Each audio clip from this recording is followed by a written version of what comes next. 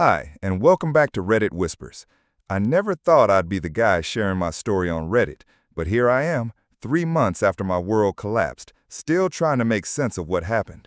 My name is Jake, and until recently, I was living what most people would call the American dream. I had everything: a thriving cryptocurrency portfolio worth over $2 million, a beautiful wife named Sarah, and a business partnership that seemed unbreakable. But as I learned the hard way, when you're dealing with that much money, everyone around you shows their true colors eventually. It all started 5 years ago when Bitcoin was still hovering around $8,000. I was working a dead-end job at a marketing firm in Austin, Texas, making barely enough to cover rent on our cramped apartment. Sarah and I had been married for 2 years then, and we were constantly stressed about money. She worked as a dental hygienist, and between us, we were pulling in maybe $60,000 a year. Every month was a struggle to pay bills, and we'd lie awake at night talking about how we'd never afford a house, never have kids, never escape the cycle of living paycheck to paycheck. That's when I met Marcus at a local cryptocurrency meetup. He was everything I wasn't: confident, well-dressed, driving a Tesla Model S while I was still taking the bus. Marcus had been trading crypto since 2016 and claimed he'd already made his first million. I was skeptical, like most people are when someone talks about getting rich quick, but Marcus showed me his portfolio. The numbers were real. He had positions in Bitcoin, Ethereum, and several altcoins I'd never heard of, and his account balance made my head spin. The key, Marcus told me over expensive scotch that night, isn't just buying and hoping. It's understanding market psychology, reading the charts, and most importantly, having the balls to make big moves when everyone else is scared. He offered to mentor me, to teach me everything he knew about cryptocurrency trading. In exchange, he wanted me to help him with marketing his trading signal service, using my background in marketing to grow his subscriber base. It seemed like the perfect partnership. I brought the marketing expertise, he brought the trading knowledge, and together we'd both get rich. Sarah was hesitant at first. She'd heard all the horror stories about people losing everything in crypto, and she didn't trust Marcus. "There's something about him that doesn't sit right with me," she said one night after Marcus had come over for dinner. "He's too smooth, too perfect, and the way he looks at me when you're not paying attention." I dismissed her concerns. I thought she was just being paranoid, maybe a little jealous that Marcus and I were spending so much time together. Looking back, I realized she was trying to warn me, but I was too blinded by the possibility of wealth to listen. My first investment was modest, $500, split between Bitcoin and Ethereum. Marcus guided me through setting up my hardware wallet, explained the importance of security, and taught me how to read basic chart patterns. Within 3 weeks, that 500 had become 800. I was hooked. Over the next year, I gradually increased my positions. Every spare dollar went into crypto. I stopped buying coffee, started bringing lunch to work, and convinced Sarah to cut back on her shopping. "This is our ticket out," I kept telling her. "Just give me 2 years and we'll never have to worry about money again." Marcus's trading signals were incredibly accurate. He'd send out alerts to his subscribers and to me privately about which coins to buy and when to sell. His hit rate was over 70%, which in the crypto world is almost impossible. I started putting in larger and larger amounts, borrowing against our credit cards, even taking out a small personal loan to maximize my positions.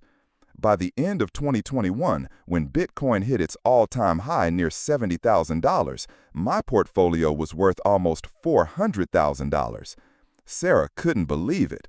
We paid off all our debt, bought a beautiful house in one of Austin's most desirable neighborhoods, and I quit my job to focus on trading full-time. But that was just the beginning. Marcus suggested we formalize our partnership. He wanted to start a hedge fund focused on cryptocurrency investments, with him as the lead trader and me handling all the business operations and marketing. We'd split the profits 50-50, and with the contacts he'd made in the crypto space, he was confident we could raise at least $10 million in initial capital. The fund launched in January 2022, right as the crypto market was starting to show signs of weakness. But Marcus seemed unconcerned. "This is when real money is made," he told our investors. "When everyone else is panicking, that's when opportunities appear." He was right.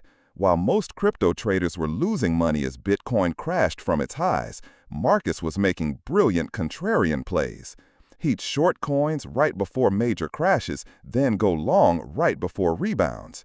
Our fund returned 30% in its first quarter, while the overall crypto market was down 40%. Word spread quickly in the Austin crypto community. We had wealthy investors calling us daily, wanting to get in. By summer, we were managing over $15 million, and my personal trading account, separate from the fund, had grown to over $2 million. Sarah seemed happy during this period, but I realized now she was changing in ways I didn't recognize. She started dressing differently, more expensive clothes, jewelry I didn't remember buying her. She began going out with friends more often, sometimes not coming home until very late. When I asked about it, she said she was just enjoying having financial freedom for the first time in our marriage. I spent so many years worrying about every dollar, she told me. Now I just want to live a little. I didn't question it. I was too focused on the trading, on growing our wealth, on proving to everyone that I wasn't just lucky, I was skilled. The money was intoxicating. Every week brought new all-time highs in my portfolio. I bought a Porsche, upgraded Sarah's wedding ring, started looking at vacation homes in Colorado. Marcus and I were spending 12 to 14 hours a day together, analyzing markets, planning trades, meeting with investors. Our office was a converted warehouse in East Austin with multiple trading setups, dozens of monitors showing charts and news feeds. We hired 2 assistants and an accountant. Everything was growing. Everything was working. But I started noticing small things that bothered me. Marcus would sometimes take private calls and step outside, speaking in hushed tones. He'd get text messages that made him smile in a way that seemed oddly secretive. A few times, I caught him quickly closing browser windows when I walked into his office. Probably talking to other investors, I told myself, or maybe he has a girlfriend he hasn't told me about. The truth was so much worse than anything I could have imagined. In October 2022, Marcus made what he called the trade of a lifetime. He discovered information about an upcoming regulatory announcement that would devastate several major cryptocurrencies. He wanted to put nearly everything, both our personal accounts and a significant portion of the fund, into short positions on these coins. "This it, Jake," he said, his eyes bright with excitement. "This one trade will make us both incredibly wealthy. We're talking about turning 2 million into 10 million, maybe more." I hesitated. It seemed too risky, too much like gambling rather than investing. But Marcus had never been wrong before. His track record was flawless. Against my better judgment, I agreed. We placed the trades on a Friday afternoon. Bitcoin was around $20,000, and Marcus was betting it would crash below $15,000 within 2 weeks. He'd leveraged our positions heavily, using borrowed money to multiply our potential gains and our potential losses. That weekend, I felt sick to my stomach. I couldn't eat, couldn't sleep. Sarah kept asking what was wrong, but I couldn't bring myself to tell her that I'd risked everything we'd built on a single trade. Instead, I spent hours walking around our neighborhood, looking at the house we'd bought, the life we'd created, and wondering if I'd just gambled it all away. Monday morning, I rushed to the office early, desperate to check the markets. But when I got there, Marcus was already at his desk, staring at the screens with the expression I'd never seen before. His face was pale, his hands shaking slightly.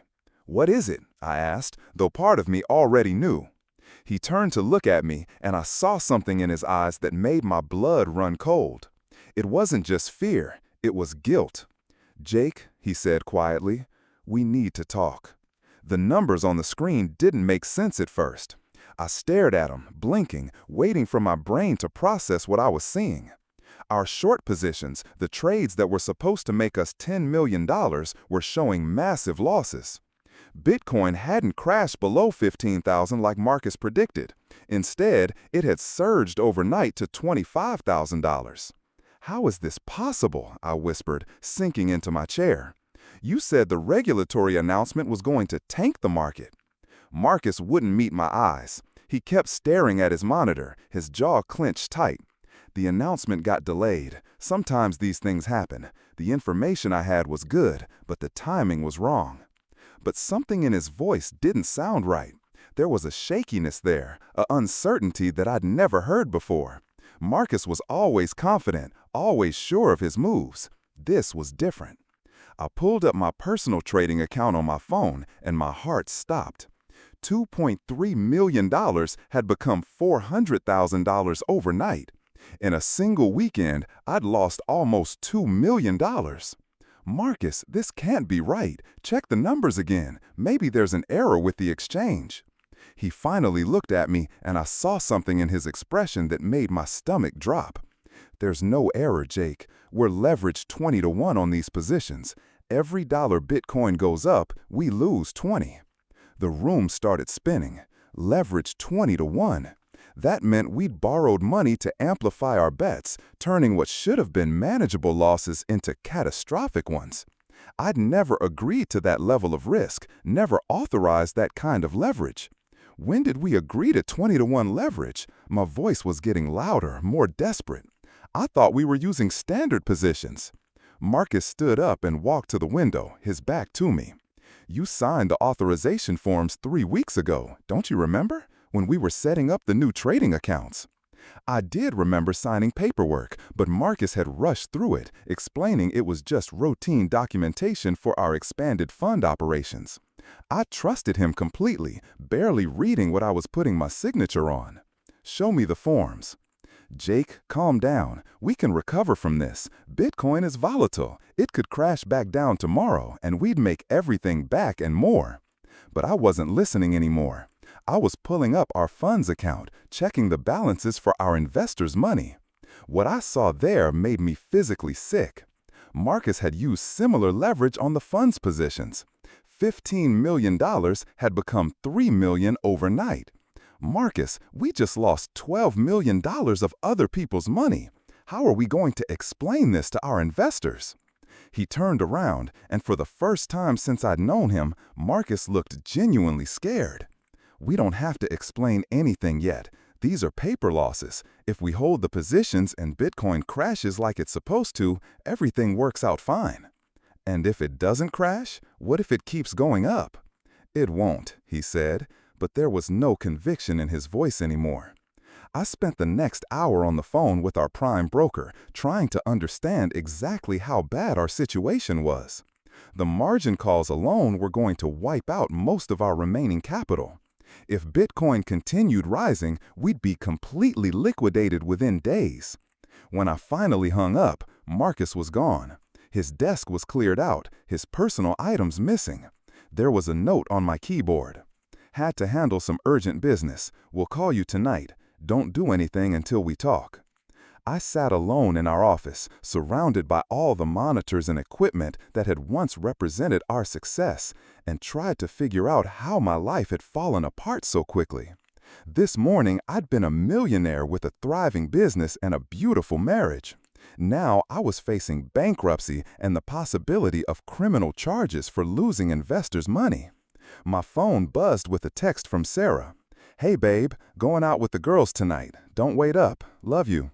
At least she didn't know yet. Maybe I could figure out a way to minimize the damage before I had to tell her we'd lost everything. I spent the rest of the day trying to reach Marcus, calling and texting with no response. By evening, I was frantic. I needed him to explain how we were going to handle the investors, how we were going to recover from this disaster. Around 10 p.m., I decided to drive to his apartment. Maybe he was just overwhelmed and needed time to think. We'd figure out a solution together, like we always had. Marcus lived in a luxury high-rise downtown, the kind of place that required a doorman and keycard access. I'd been there dozens of times for business meetings and social events. The doorman recognized me and waved me through to the elevator. I knocked on his door, calling his name. No answer. I tried calling his phone and could hear it ringing inside the apartment. Either he was ignoring me or he wasn't there. As I turned to leave, I heard voices in the hallway. A woman's laugh that sounded familiar. I froze, listening more carefully. It was Sarah's laugh. My heart started pounding as I heard footsteps approaching. I quickly ducked around the corner, hiding behind a decorative pillar in the hallway.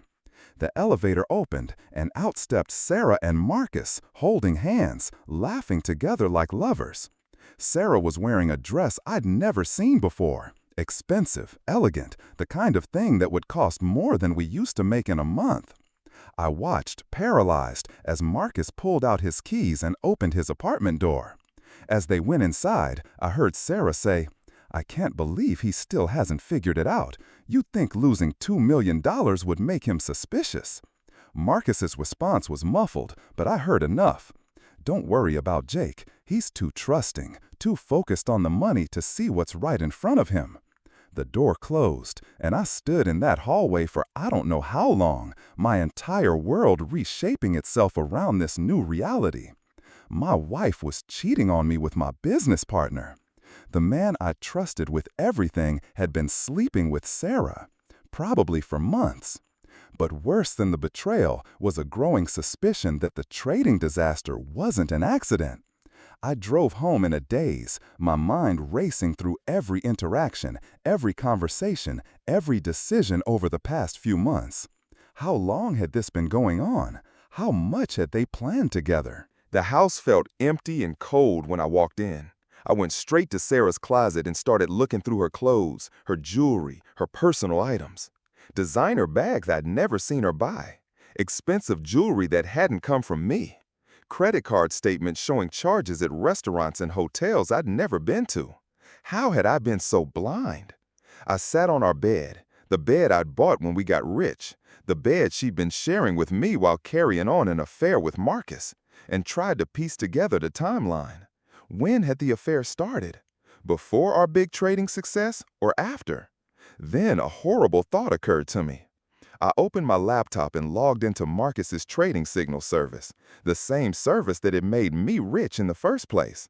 I started going through the historical data, checking the accuracy of his predictions against actual market movements. What I found made my blood run cold.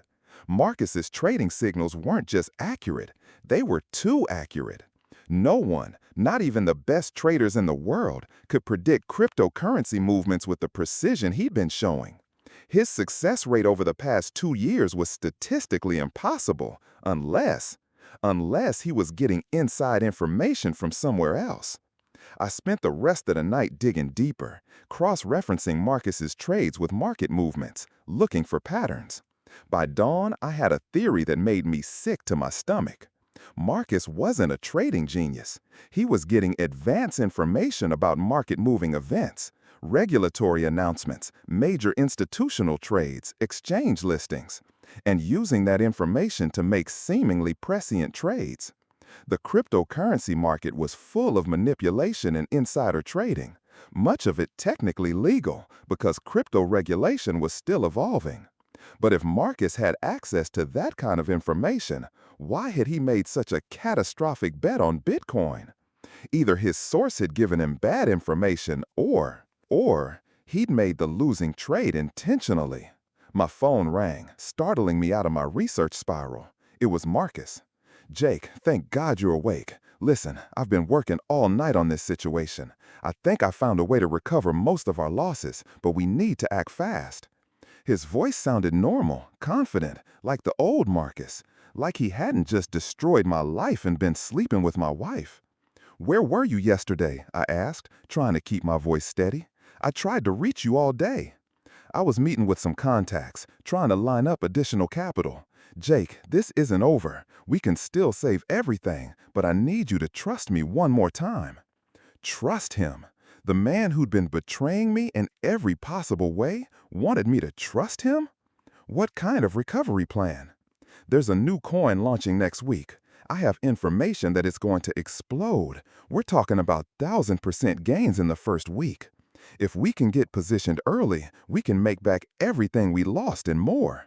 It was the same pitch he'd given me dozens of times before, the same confidence, the same promise of easy money. But now I knew what it really was. Another manipulation, another lie designed to separate me from what little money I had left.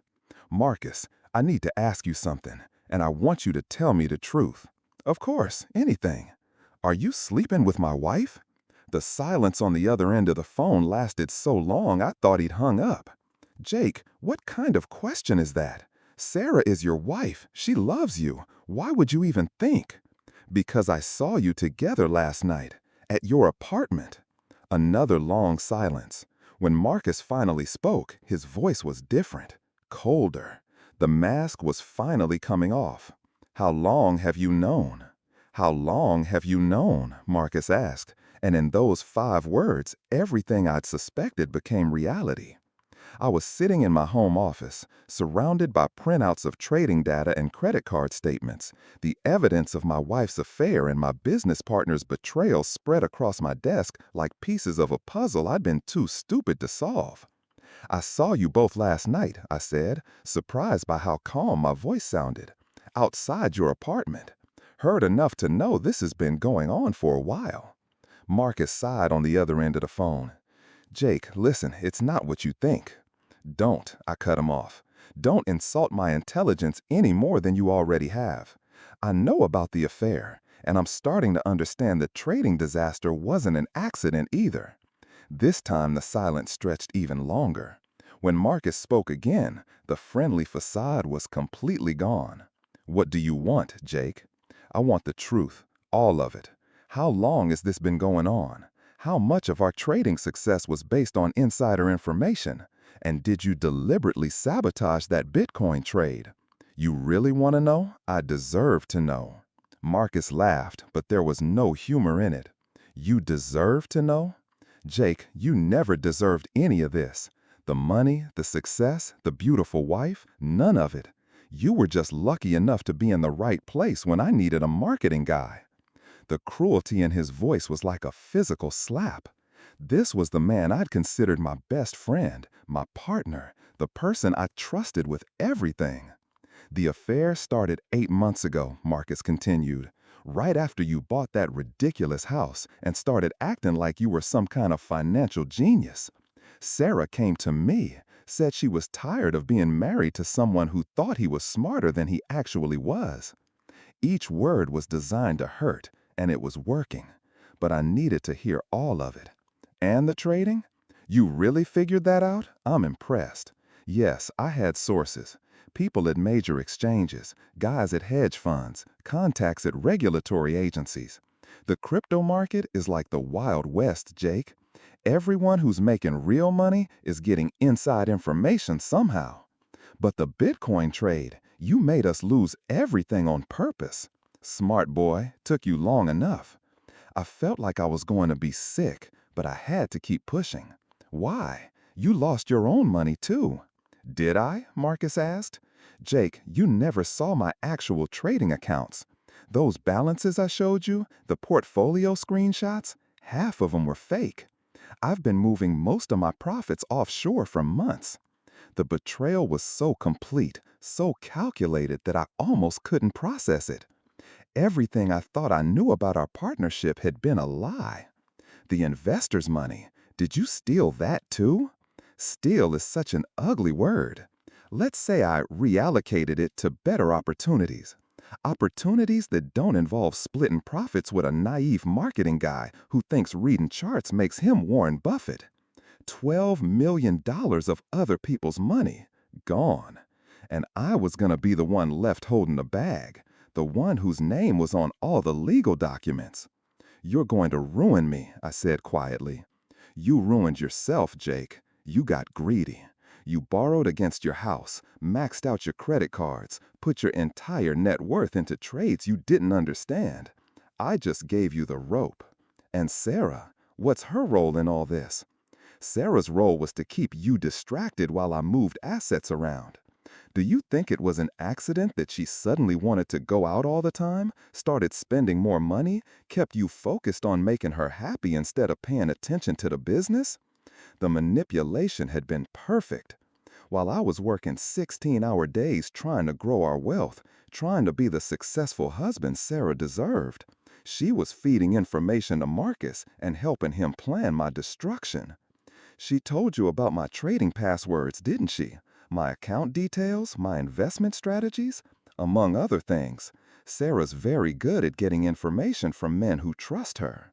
I thought about all the nights I'd come home excited to share my latest trading insights with Sarah, how she'd listen so attentively, asking detailed questions about my strategies and positions. I thought she was being supportive. She was being a spy. "What now?" I asked. "Now you disappear, Jake. You take what's left of your money. What, maybe 400,000? And you start over somewhere else." Keep your mouth shut about the insider trading, and maybe I'll make sure the fraud charges don't stick to you. Fraud charges? You're the managing partner of the fund, Jake. Your name is on all the investor documents. When those people realize their money is gone, they're going to want someone to blame, and I'll be long gone by then. The call ended, and I sat in my empty house, understanding for the first time how completely I'd been destroyed. It wasn't just the money, though losing $2 million was devastating enough. It was the systematic dismantling of my entire life by two people I'd trusted more than anyone in the world. I heard Sarah's key in the front door around noon.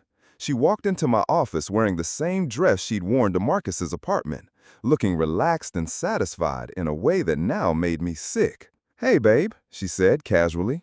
"Working from home today? We need to talk." Something in my tone made her pause. She studied my face, and I saw the exact moment she realized I knew. "Jake, what's wrong?"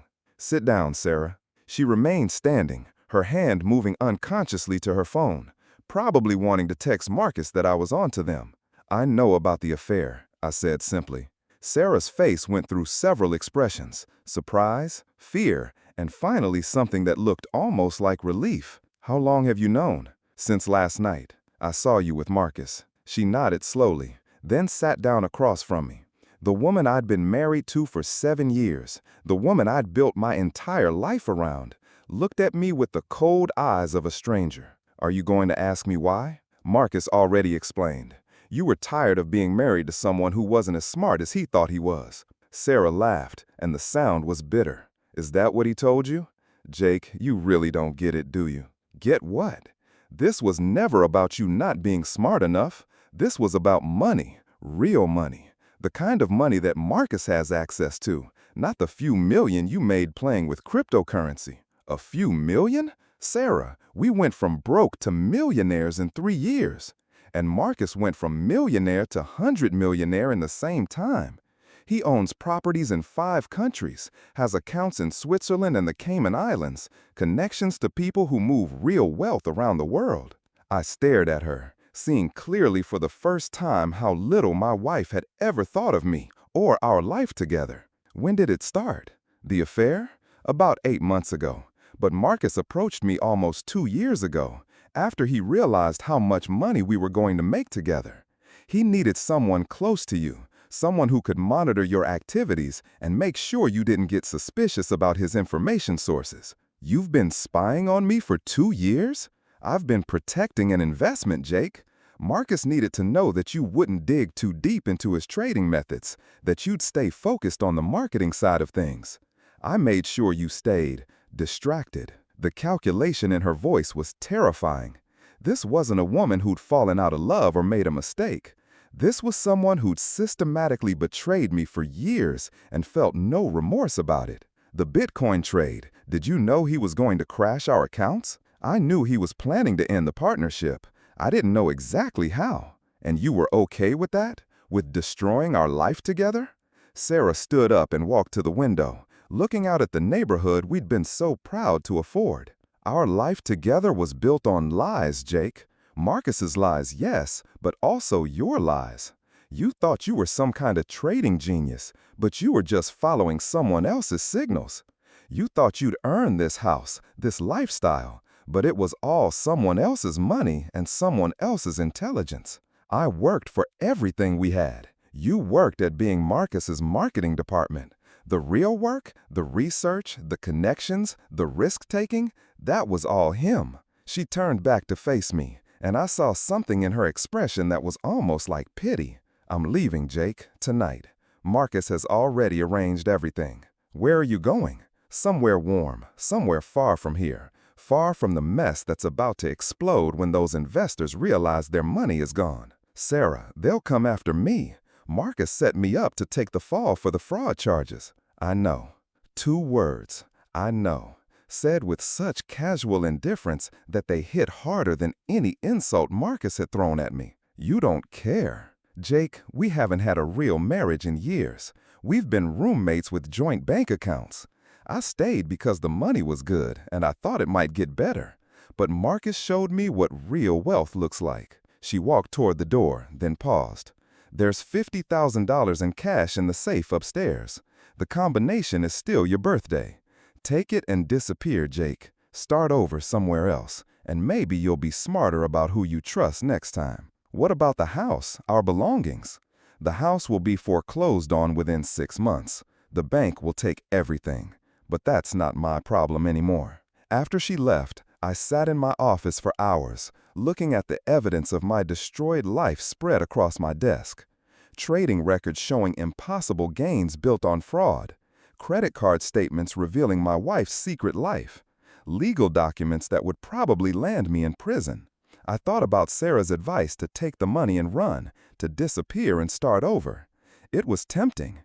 $50,000 would be enough to relocate, maybe find work somewhere no one knew my name. But running felt like admitting I deserved what had happened to me, like accepting that Marcus was right, that I'd been nothing more than a naive marketing guy who got lucky for a few years. Instead, I started making phone calls. First to the FBI's Financial Crimes Division, then to the SEC, then to a criminal defense attorney who specialized in cryptocurrency fraud cases. If Marcus and Sarah thought they could destroy my life and walk away clean, they were about to learn how wrong they were. The FBI agent sitting across from me in the sterile conference room looked like she'd seen every type of financial fraud imaginable. Agent Rebecca Chen was probably in her 40s, with sharp eyes and an expression that suggested she didn't have patience for lies or excuses. "Mr. Harrison, let me make sure I understand your story," she said, flipping through the files I'd brought her. "You're claiming that your business partner, Marcus Webb, has been running an insider trading scheme for at least 2 years, and that your wife was complicit in covering it up. That's correct. And you had no knowledge of the illegal activities." This was the question I'd been dreading. How could I prove that I'd been genuinely ignorant of Marcus's methods? How could I demonstrate that I'd been a victim rather than a co-conspirator?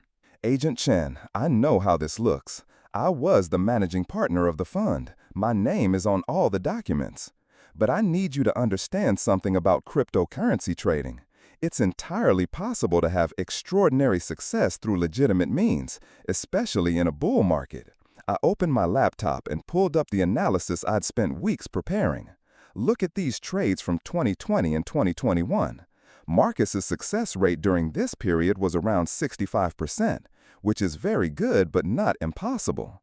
It's only in the past year that his accuracy became statistically impossible. Agent Chen studied the data, her expression unreadable. What changed in the past year? That's when the real money started flowing in. Once we were managing $15 million instead of just our personal accounts, Marcus apparently decided he needed more reliable information sources. And you noticed none of this? I was focused on the business side, marketing, investor relations, operations. Marcus handled all the actual trading. I trusted him completely. I handed her another folder. These are phone records showing thousands of calls and texts between Marcus and Sarah over the past 8 months. Here are credit card statements showing charges to restaurants, hotels, and jewelry stores that I never authorized. And here are screenshots of Marcus's trading accounts that I now believe were fabricated. Agent Chen spent several minutes reviewing the evidence. When she looked up, her expression had softened slightly. "Mr. Harrison, assuming you're telling the truth about your ignorance of the illegal activities, you still made some incredibly poor decisions. You leveraged your entire net worth based on trades you didn't understand, executed by someone whose methods you never questioned. You're absolutely right. I was greedy and naive and stupid, but I wasn't criminal. The distinction may not matter to the investors who lost their money. Over the next 2 months, my life became a series of depositions, interviews, and legal meetings. The FBI investigation moved quickly once they started digging into Marcus's activities. It turned out he'd been much sloppier than I'd realized. Agent Chen called me on a Tuesday afternoon in December with an update. "We found Marcus," she said without preamble. "Where?" "Turks and Caicos." He'd been living under a false identity, but he made the mistake of accessing one of his old trading accounts from his hotel Wi-Fi. Our cybercrime unit traced the connection. "What about Sarah?" "She was with him. They're both in custody, awaiting extradition." I should have felt satisfaction, but mostly I just felt empty. The two people who destroyed my life were going to face justice, but that didn't bring back my money or fix my reputation. "Agent Chen, what about the investors' funds? Were you able to recover any of it?" "Some. Marcus had moved about $4 million offshore, but we've frozen those accounts. It's not everything, but it's better than nothing." $4 million out of 15? The other $11 million was apparently gone forever, spent on Marcus's lifestyle and hidden in accounts the FBI couldn't locate. The criminal trial started in March. I testified for 3 days, walking the jury through every detail of how Marcus had manipulated me and defrauded our investors. The hardest part was testifying about Sarah's role in the scheme. "Mrs. Harrison," the prosecutor asked, "provided your husband with intimate details about his trading activities and investment strategies?" "Yes." "And she passed this information to Marcus Webb?" "Yes." "For how long?" "Approximately 2 years." Hearing the betrayal described in such clinical terms, in front of a room full of strangers, was almost worse than discovering it in the first place. Marcus's defense attorney tried to paint me as an equal participant in the fraud, arguing that no one could be as naive as I claimed to be. But the evidence was overwhelming. Phone records, financial documents, and testimony from Marcus's other sources painted a clear picture of my exclusion from the illegal activities. Sarah pled guilty and agreed to testify against Marcus in exchange for a reduced sentence. Watching her on the witness stand, calmly describing how she'd systematically betrayed our marriage, I realized I felt nothing for her anymore. Not anger, not sadness, not even disappointment. She'd become a stranger. Marcus was sentenced to 12 years in federal prison. Sarah got 3 years. I got my life back, or what was left of it. The house was indeed foreclosed, just as Sarah had predicted. I moved into a small apartment near downtown Austin, taking a job with a legitimate investment firm that specialized in traditional securities rather than cryptocurrency. My new salary was a fraction of what I'd been making during the boom times, but it was honest work. The hardest part wasn't the financial devastation, though losing everything I'd built was certainly painful. The hardest part was learning to trust my own judgment again. For months, I second-guessed every decision, every instinct, every relationship. If I could be so completely wrong about the two people closest to me, how could I trust myself about anything? The civil lawsuits from investors dragged on for another year. Even though I was cleared of criminal wrongdoing, I was still liable as the managing partner of the fund. Most of my remaining assets went to settlements, leaving me with barely enough to start over. But something interesting happened during those dark months of legal battles and financial ruin. I started receiving messages from other victims of financial fraud. People who'd read about my case in the news or found my story through online forums. They weren't looking for money or legal advice. They just wanted to talk to someone who understood what it felt like to have your entire world built on lies. There was Jennifer from Phoenix, whose financial advisor had embezzled her retirement savings. David from Seattle, whose business partner had been running a Ponzi scheme for 5 years. Maria from Dallas, whose husband had been gambling away their children's college funds while she thought they were investing in real estate. All of us had the same experience. That moment when you realized that someone you trusted completely had been systematically destroying your life. The shock, the self-blame, the desperate need to understand how you could have been so blind. I started a blog called After the Betrayal, writing about the psychological and practical challenges of rebuilding your life after financial fraud. I wasn't trying to make money from it. I just needed an outlet for everything I'd learned, and it seemed like other people needed to hear it. The blog grew slowly at first, but word spread through online communities of fraud victims. I started getting invitations to speak at conferences, to consult with law enforcement agencies about the victim experience, to help other people navigate the legal and emotional aftermath of financial betrayal. 2 years after Marcus's sentencing, I got a call from a literary agent who'd been following my blog. "Jake, have you ever considered writing a book about your experience?" I hadn't, but the more I thought about it, the more sense it made. There were thousands of people every year who went through some version of what I'd experienced, and most of them felt completely alone. Writing the book took 8 months. Reliving every detail of the betrayal, the investigation, and the recovery was emotionally exhausting, but also therapeutic. By the end, I felt like I'd finally processed what had happened to me and moved beyond it. Trusted, a true story of money, marriage, and betrayal, was published 18 months later. It wasn't a bestseller, but it found its audience. I started getting emails from readers who said the book had helped them understand their own experiences with fraud and betrayal.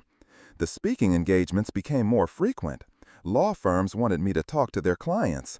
Investment firms brought me in to discuss red flags and due diligence. Universities invited me to speak to business students about ethics and risk management. I wasn't getting rich from any of this. The speaking fees and book royalties were modest, but I was building something meaningful. A career based on helping people avoid the mistakes I'd made or recover from similar betrayals.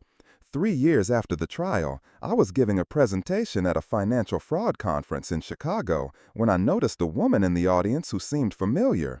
During the coffee break, she approached me. "Jake? Jake Harrison?" It took me a moment to place her. Then I remembered. Amanda. She'd been a client of Marcus's Signal service back in the early days, before we'd started the fund. I remembered her as being smart and cautious, asking detailed questions about risk management that had impressed me at the time. "Amanda, right? You were one of Marcus's subscribers." I was, until I got suspicious about his success rate and pulled my money out about 6 months before everything collapsed. "I probably owe you a thank you. Reading your blog helped me understand that my instincts were right."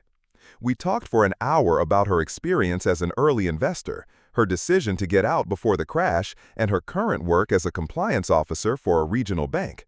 She was intelligent, funny, and refreshingly direct, qualities that I'd learned to value after years of dealing with people who hid their true intentions.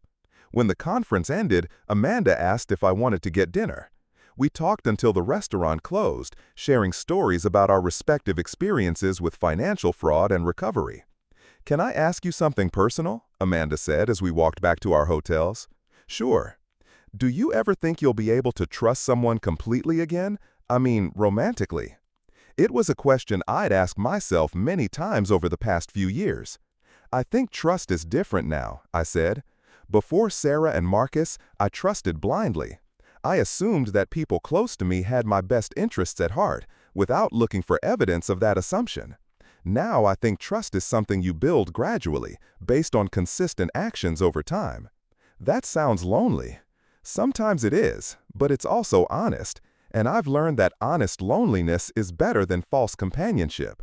Amanda and I kept in touch after Chicago.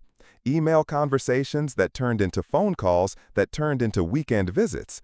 She lived in Denver and I was still in Austin, but we made the distance work. What I appreciated most about Amanda was that she understood the aftermath of betrayal without needing detailed explanations. She'd lost money to a different scheme, had her own experience with the self-doubt and paranoia that follows financial fraud. We could talk about the challenges of rebuilding trust without it feeling like therapy. 6 months later, Amanda got a job offer in Austin. She asked what I thought about her taking it. "Are you asking because of me?" I said. "Partly, but also because I think Austin's a better place for my career, and I'm tired of Denver winters." "Then you should take it." "Just like that?" "Amanda, I care about you too much to want you making major life decisions based on our relationship. Take the job if it's right for you. If we work out, great. If we don't, you'll still have a better job in a better city." She moved to Austin in the fall. We dated for another year before I asked her to marry me. The proposal wasn't romantic by conventional standards. I presented her with a detailed analysis of why I thought we were compatible long-term, including sections on shared values, communication styles, and financial goals. "Is this a marriage proposal or a business plan?" she laughed. "Both, I guess. I've learned that the most important relationships in life need to be built on more than just feelings." She said yes. Our wedding was small, just immediate family and a few close friends. No expensive reception, no designer dress, no elaborate honeymoon. We'd both learned that extravagant displays of wealth often mask deeper problems. Instead, we put our money toward a down payment on a modest house and emergency savings that would protect us if either of us lost our jobs. Boring financial planning that felt more romantic than any grand gesture. 5 years later, I'm writing this story in my home office, a small room that overlooks our backyard garden. Amanda is downstairs making dinner, and our 2-year-old daughter Emma is playing with blocks on the kitchen floor. The book royalties and speaking fees have grown into a sustainable income. I still work part-time at the investment firm, but most of my energy goes toward fraud prevention education and victim advocacy. It's not the kind of wealth I once dreamed of, but it's enough. More importantly, it's based on work that matters. I think about Marcus and Sarah sometimes, though less often now. Marcus is serving his sentence at a federal prison in Texas. Sarah was released after 18 months and moved back to her hometown in Ohio. I heard through mutual friends that she's working as a dental hygienist again, living with her parents, struggling to rebuild her life. I don't feel sorry for either of them, but I don't feel angry anymore either. They made their choices and they're living with the consequences. My energy is better spent on the life I'm building now. People sometimes ask if I regret getting involved with cryptocurrency at all, if I wish I'd never met Marcus or trusted him with my money. The honest answer is complicated. I regret the naivety, the blind trust, the decision to leverage everything based on someone else's supposed expertise. I regret not paying closer attention to the warning signs that were right in front of me. But I don't regret the experience entirely. It taught me things about myself, about relationships, about money and risk and human nature that I could never have learned any other way. It forced me to rebuild my life on a more honest foundation. Most importantly, it led me to the work I do now. Every person I help avoid a similar scam, every victim I assist in their recovery, every student I teach about financial due diligence, all of that exists because I lived through my own betrayal and learned from it. The crypto market is still out there, still attracting people with dreams of easy wealth and promises of financial freedom. New scams emerge every day, new Marcus Webbs targeting new naive investors who think they found a shortcut to riches. But there are also more resources now for victims, more awareness of the warning signs, more people like me who are willing to share their stories as cautionary tales. My daughter Emma is too young to understand money or investing or betrayal. But when she's older, I'll teach her the lessons I learned the hard way. That trust should be earned gradually, not given blindly. That if something seems too good to be true, it probably is. That real wealth is built slowly, through honest work and careful planning, not through get-rich-quick schemes. And most importantly, that when people show you who they really are, believe them the first time. Amanda calls from downstairs that dinner is ready. Emma squeals with laughter at something on her tablet. The sun is setting over Austin, painting our small backyard in golden light. This is wealth too, I think. Different from the millions I once had, but more real, more honest, more mine. Thank you for listening to my story here on Reddit Whispers. Now I want to hear from you. What moment in your life made you see someone for who they truly were? Drop your thoughts in the comments, because you never know, your story might be the one that someone else needs to hear today. And don't forget to leave a like and subscribe to Reddit Whispers, where the real stories get told.